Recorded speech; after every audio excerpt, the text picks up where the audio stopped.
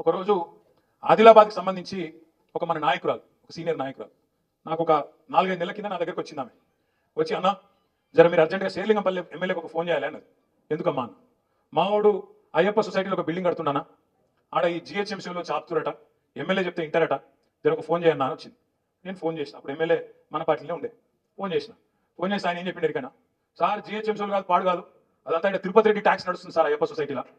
ఒక్కొక్క స్లాబ్కు అక్కడ 500 గజాల లోపల అయితే 10 లక్షలు ఇవ్వాలి, 500 గజాల పైన 1000 గజాల లోపల ఉంటేనేమో 18 లక్షలు ఇవ్వాలి సార్. ఇది తిరుపతి రెడ్డి ట్యాక్స్. జిహెచ్ఎంసీ వాళ్ళు స్వయంగా చెప్తున్నారు, అక్కడ ఎవరైనా పోతే తిరుపతి రెడ్డి కాడికి పోండి, ఆడికి వెళ్ళి ఫోన్ వస్తే మేము ఊకుంటాము, లేకపోతే కూలగొడతామని చెప్తున్నారు సార్. ఇది మీ ఎమ్మెల్యేనే చెప్పింది నాకు, ఎవడో కాదు. చెప్తే నిజమా అండి నన్ను? అవును సార్ నిజం సార్, మాదాపూర్లో ఆఫీస్ ఉన్నది, ఆయనే నడిపిస్తున్నాడు, మీకు కావాలని మాదాపూర్ ఆఫీస్ కాడికి, తిరుపతి రెడ్డి ఆఫీస్ కాడికి పోతే రోజుకో 200 మంది కనబడతారు సార్ అన్నాడు. నేను అడిగిన, వాడు ఏమైనా ఎమ్మెల్యేనా, ఎంపీ, మంత్రి, వాని ఇంటికాడ ఎందుకుంటారా అని నేను ఇక అట్లా నడుస్తుంది సార్, ఏం చేయాలి? మొత్తం చిట్టినాయుడు వాళ్ళ 7 అన్నదమ్ములది రాజ్యం